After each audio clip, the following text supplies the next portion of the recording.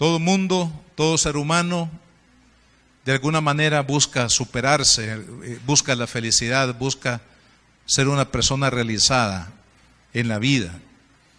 Pero hay decisiones que Dios no las va a tomar por nosotros, sino que son decisiones que nosotros debemos de tomar, a fin de que podamos alcanzar ese anhelado éxito en nuestra vida. Por eso he titulado este mensaje: Decisiones que nos conducen al éxito. Ese es el tema que vamos a compartir: decisiones que nos conducen al éxito. Y dice la palabra de Dios, segundo libro de Reyes, capítulo 18, versículo 1, dice: en el tercer año de Oseas, hijo de Ela, rey de Israel, comenzó a reinar Ezequías, hijo de Acaz, rey de Judá. Cuando comenzó a reinar era de 25 años y reinó en Jerusalén 29 años. El nombre de su madre fue Abí, hija de Zacarías. Versículo 3 dice: hizo lo recto ante los ojos de Jehová, conforme a todas las cosas que había hecho David, su padre. Él quitó los lugares altos y quebró las imágenes y cortó los símbolos de acera, e hizo pedazos la serpiente de bronce que había hecho Moisés, porque hasta entonces le quemaban incienso los hijos de Israel, y la llamó Neustán. En Jehová Dios de Israel puso su esperanza. Ni después ni antes de él hubo otro como él en todos los reyes de Judá, porque siguió a Jehová y no se apartó de él, sino que guardó los mandamientos que Jehová prescribió a Moisés. Versículo 7: y Jehová estaba con él, y a donde quiera que salía prosperaba. Él se rebeló contra el rey de Asiria y no le sirvió. Hirió también a los filisteos hasta Gaza y sus fronteras, desde las torres de las atalayas hasta la ciudad fortificada. La historia de los reyes de Israel ha sido, cuando uno lo lee, altibajos. Estamos hablando aquí de un rey de Judá. Ya hemos explicado anteriormente que después de Salomón, a causa del pecado de Salomón, Dios dividió el reino de Judá, y luego de Judá y parte de la tribu de Benjamín, y las otras 10 tribus fueron las que formaron lo que se conoce como el reino del norte.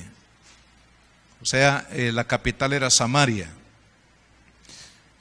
Pero si ustedes notan, si son muy cuidadosos en la lectura de la palabra de Dios, se van a dar cuenta que de este reino del norte, donde estaban aglomeradas las 10 tribus, de esa división, de ahí dependieron muchos reyes que hicieron lo malo al extremo, como el caso de Acab. Acab era precisamente descendiente de los reyes del norte, o sea, de los reyes de las 10 tribus, porque definitivamente este reino, fíjese, comenzó mal. Mire, cuando las cosas comienzan mal, hay que buscar la manera como estas cosas que comenzamos mal, hay que observar lo malo que se hizo para corregirlo. Porque de lo contrario, si no se hace una corrección a las cosas que iniciamos mal, ese mal va a ir tocando las generaciones futuras. Ustedes recuerdan que fue Jeroboam el que inició, después de la muerte de Salomón, este reino del norte. Y Jeroboam como una estrategia humana para que los israelitas no descendieran a Jerusalén a adorar, se inventó ahí en el territorio, en la parte norte, en Samaria, se inventó hacer ciertos altares para que las personas no necesitaran descender a Jerusalén para adorar a Dios.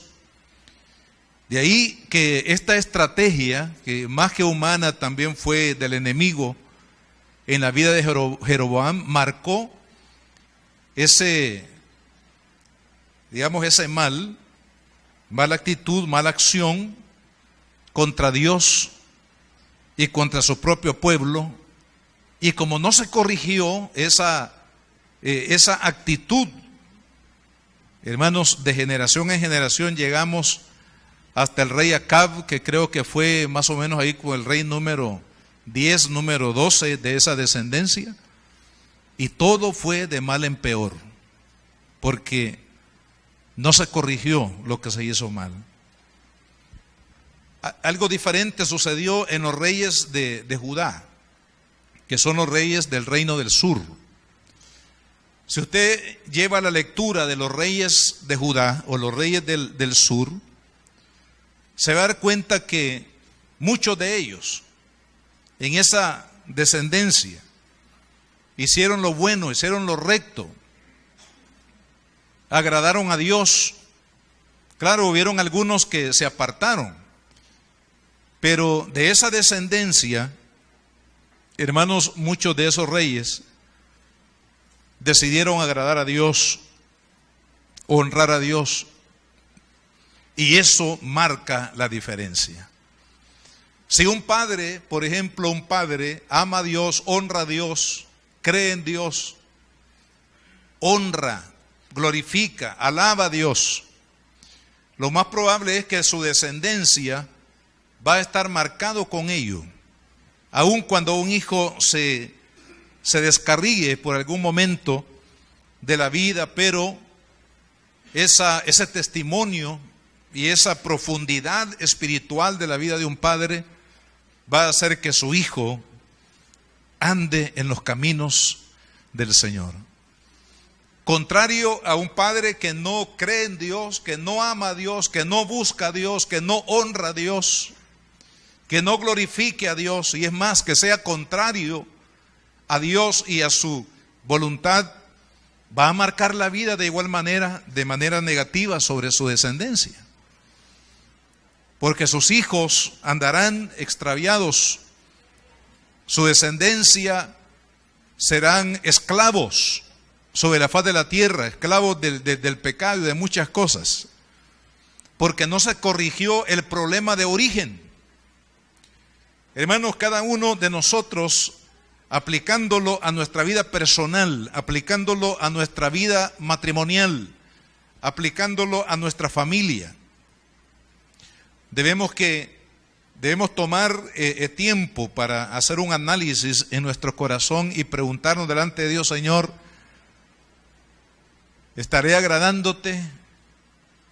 ¿Estaré poniéndote a ti en primer lugar en mi vida? ¿Estaré, Señor, caminando bien contigo? ¿Estaré siendo obediente a tu palabra? ¿Estaré dándote la honra y la gloria que tú mereces como Dios?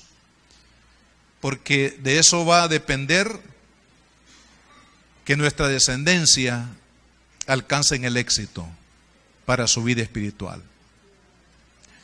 De lo contrario, hermanos, vamos a sufrir mucho como padres. Habrá mucho dolor en nuestra vida para nuestra familia si no caminamos como Dios quiere que le honremos. El caso de Ezequías que vemos aquí en la palabra de Dios, Ezequías es el rey número 16 de la descendencia desde Saúl hasta su época. Fue un hombre que, a pesar de que Israel estaba en una circunstancia muy difícil, sin embargo salió adelante. ¿Y saben por qué salió adelante? Porque Dios estaba con él. ¿Y por qué Dios estaba con él? Porque él había decidido honrar a Dios. Ya lo vamos a ver en detalle más adelante, al hablar de lo que él hizo, hermanos, las decisiones que él tomó. Quiero decirle que cada decisión que nosotros tomamos tiene una consecuencia. Si la decisión es buena, los frutos de esa decisión van a ser buenos. Si la decisión es equivocada, los frutos de esa decisión van a ser frutos amargos. Van a ser frutos que nos van a llenar de dolor. Nos van a llenar, hermanos, de mucha tristeza, muchas veces y de mucho fracaso. Pero Dios quiere que usted y yo tengamos éxito. El éxito de Dios no es el mismo concepto del éxito del mundo. El mundo, cuando habla de éxito, habla de dinero, fama y poder. Si hay un hombre que tiene dinero, fama y poder, ya se considera un hombre, una persona exitosa. Pero el éxito, según Dios, hermanos, tiene otra connotación, otro valor, otro significado. El éxito, según Dios, hermanos, es vivir para honrarlo. Si usted vive para honrar a Dios, usted será una persona exitosa. Y por las cosas materiales no se va a preocupar. ¿Sabe por qué? Porque Dios traerá la añadidura necesaria cuando nosotros sabemos honrar al Señor. Y vamos a ver en unas 4 o 5 cosas lo que significó para Ezequías el éxito que Dios le dio como una consecuencia de que él tomó las decisiones correctas. Ahora, notemos, hermanos, cuáles fueron las decisiones entonces que tomó Ezequías. Volviendo aquí al pasaje de la Biblia que estamos leyendo, en el versículo 3 dice: hizo lo recto ante los ojos de Jehová, conforme a todas las cosas que había hecho David su padre. La primera decisión fue hacer lo recto, hacer las cosas correctas. ¿Y cuáles son las cosas correctas? ¿Cuál es la medida de las cosas correctas que debemos de hacer? Hermanos, la medida está aquí. Lo que quiere decir hacer lo recto es hacer las cosas de acuerdo a la palabra de Dios y a su voluntad. Por eso dice la Escritura, tomando el ejemplo de Josué capítulo 1 versículo 7, solamente esfuérzate, sé muy valiente para cuidar de hacer conforme a todo lo que la ley de mi siervo Moisés te mandó. O sea, lo que Dios le pidió a Josué no era que él, ¿verdad?, hiciera cosas buenas, sino que lo que Dios le dijo fue: tienes que ceñirte por la palabra. La ley de mi siervo Moisés que se ha revelado, esa ley, Dios dice, no te apartes de ella, ni a diestra ni a siniestra, para que seas prosperado en todas las cosas que emprendas. Vea qué precioso, hermano. ¿Sabe cuándo vamos a tener éxito? Cuando obedezcamos la palabra de Dios. Cuando nuestra vida esté alineada a la palabra, no a mis sentimientos, porque nuestros sentimientos, hermanos, la Biblia dice que si hay una cosa perversa en el hombre es su propio corazón. Pero cuando nosotros aplicamos nuestra vida, hermanos, a la palabra de Dios, esa es la primera decisión que tomó Ezequías. Hizo lo recto, dice, conforme al ejemplo de David su padre. ¿Por qué? Porque David fue un hombre, hermanos, que amó a Dios, pero amó también la palabra de Dios.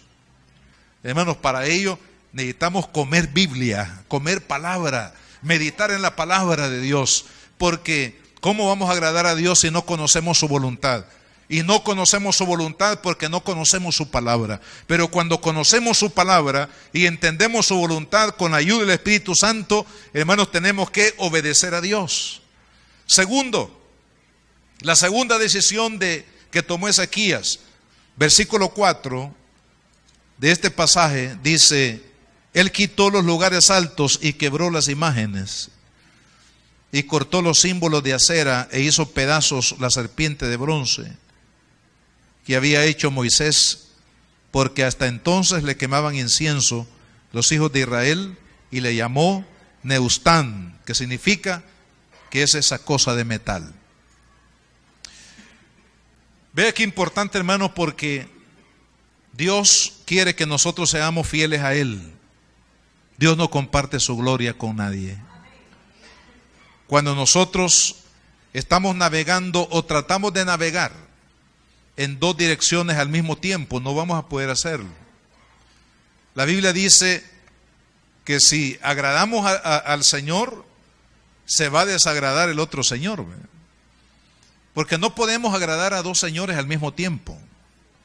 Entonces es una determinación de agradar a Dios sobre cualquier otro culto.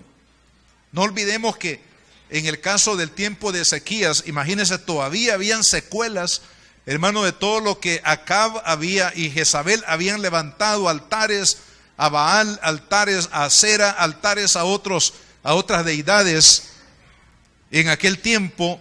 Y aún cuando Jehú, que fue el siguiente rey que vino, hermanos, y destruyó la casa de Acab y de Jezabel, pero todavía quedaron algunos residuos de lo que era la adoración falsa, la adoración a otros ídolos. Ahora la pregunta, hermanos, es si todavía en nuestro corazón habrá algún residuo, alguna área de la vida que no ha sido rendida en adoración a Dios, donde Cristo no está siendo, hermano, glorificado en nuestras vidas. Dios quiere y nos llama a una lealtad total, porque Dios no comparte su gloria con nadie, hermano. Nosotros no podemos contaminar nuestra adoración a Dios confiando en nosotros mismos o confiando en el poder de este mundo, hermano.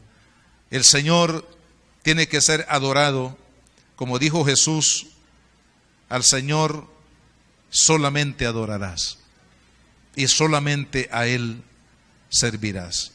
La tercera decisión que tomó Ezequías, volviendo aquí a este capítulo 18, en el versículo 5, dice: en Jehová Dios de Israel puso su esperanza, ni después ni antes de él hubo otro como él entre todos los reyes de Judá. Dice el versículo 5 que él puso enteramente su confianza en Dios. O sea, nuestra fe, hermano, debe de llevarnos precisamente a confiar plenamente en Dios.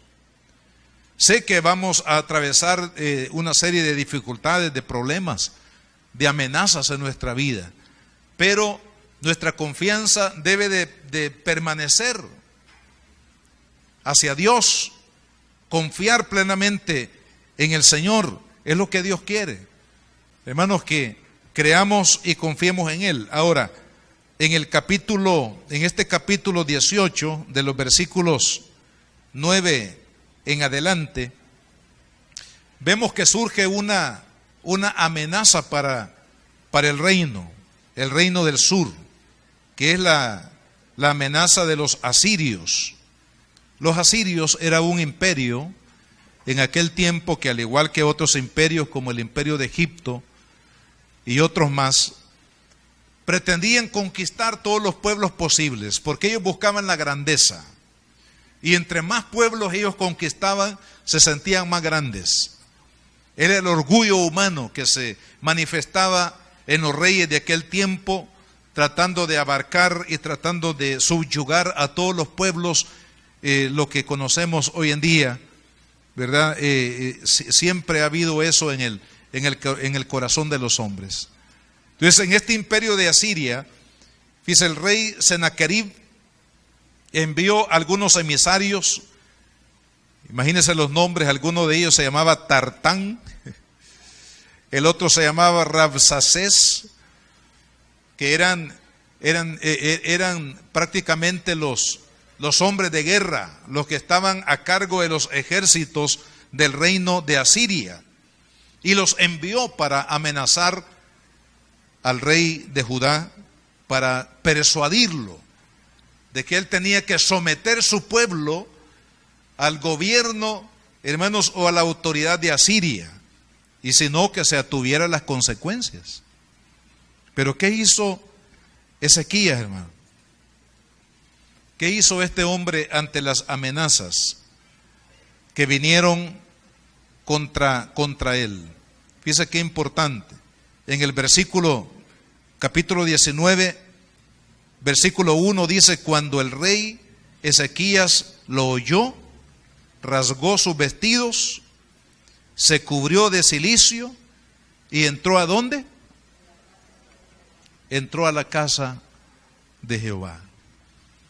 O sea, este hombre, hermanos, enfrentó la amenaza de Asiria, que era una amenaza muy fuerte para con el pueblo.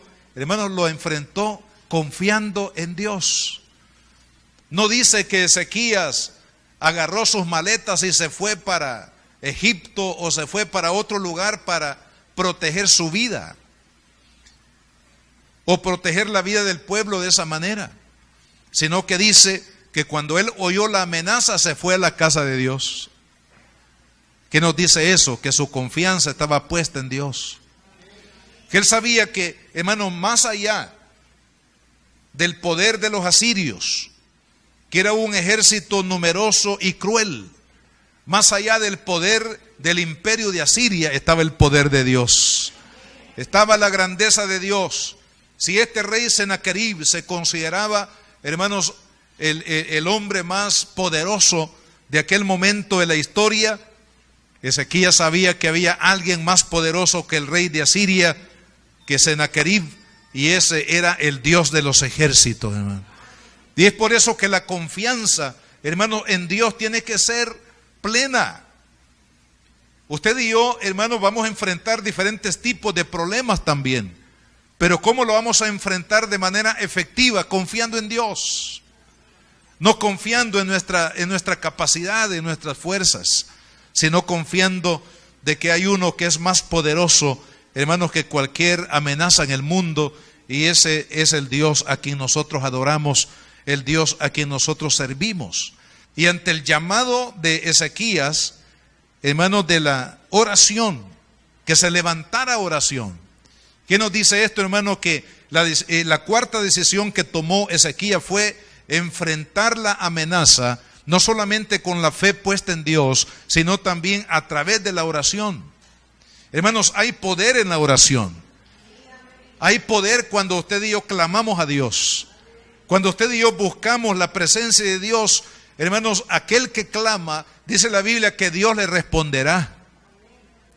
Si usted va a adquirir una respuesta de Dios, antes, hermanos, teníamos que haber clamado, que haber orado, que haber pedido, que habernos presentado delante de Dios para decirle: Señor, esta es mi causa, esta es mi batalla, esta es mi necesidad, este es mi problema, esta es mi lucha.